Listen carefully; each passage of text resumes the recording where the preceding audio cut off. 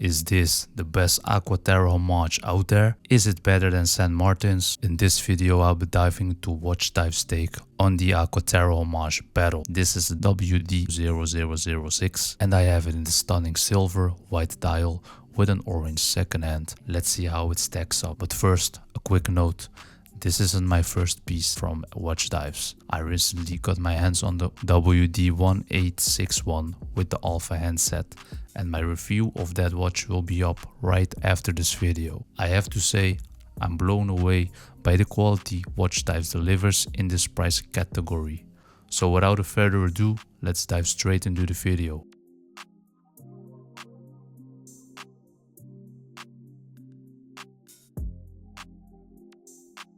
Hey guys, I know it's been a while, but I've been working hard to bring you some quality content, so thank you for your patience. I received this watch while juggling other projects, but I couldn't resist prioritizing it. It's one of the most sought after homages and also a personal favorite of mine. The Aqua Terra is one of my top 3 iconic watches, and someday I plan to own the real deal. For now, this homage is my perfect introduction. I know some people had some issues with the misaligned hour markers or second hands on their sample.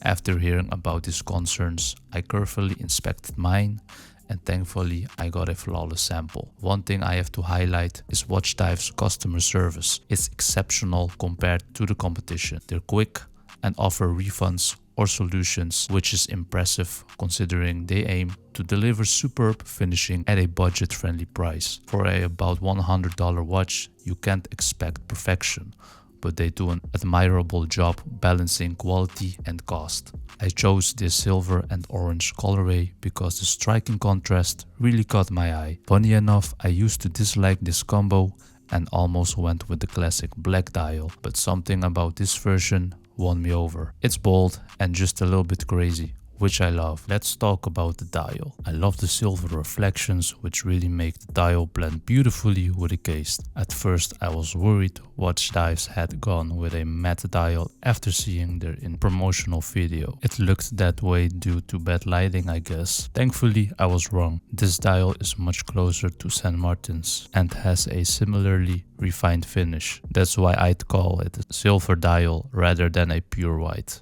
The orange second hand really pops and gives the watch a sportier vibe, which I love. To be honest, I was never a fan of the old Watchdives logo, but the new one is much more acceptable. While it's not an applied logo, you can tell Watchdives put a lot of effort into the dial design. It's minimal yet refined, striking the perfect balance. Now, I'm not crazy about the 100 meter is 330 feet marking. They could have left that off or replaced it with something else. I get that it might be a nod to their identity as a dive watch company, but realistically, no one's ever gonna dive with this piece given its 100 meter water resistance. And that's okay. This is a sporty dress watch, a true gotta go anywhere, do anything watch in my opinion. The Watchdives homage dropped during around after the 11/11 sale, and I know many of you are comparing it to the St. Martin homage, and here's my take. The St. Martin costs nearly double the Watchdives, and while it offers more refinement, I don't think the extra price is justified for what you get. The St. Martin's applied logo is subtle and classy, but the reversed arrow tip on the hands feels a little bit disproportionate to me. This was the deal breaker for me. The Watchdives has a slimmer case, which is far more comfortable, especially for someone like me who prioritized wearability. Both have their strengths, but for my 16.5 centimeter wrist, the Watchdives hits the sweet spot with its short lug-to-lug and well-pronounced lugs. My only design con, if you can really call it that, is that the homage is based on the older Aqua Terra. Omega's latest models featured a polished president-style bracelet that I find more elegant. Still, this is purely my personal preference. It does not take away from the charm of this homage. On paper, the St. Martin might have the edge in specs, but is the extra cost proportional to the value you get? Not in my opinion. For me, the Watchdives WD-006 wins because it delivers great value for money, a comfortable fit, and a design that I love, of course. I am willing to trade a few technical features for those advantages. Of course, everyone's priorities are different.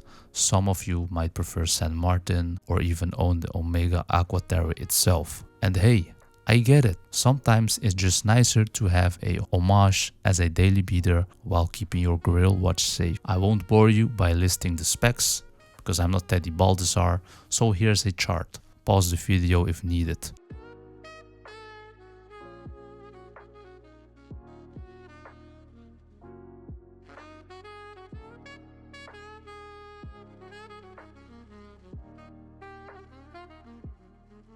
Now I've put together some shots to show off this beauty. If you enjoy my content, please consider liking and subscribing. It really helps me create more premium videos for you guys. What do you guys think of this Watchdives release?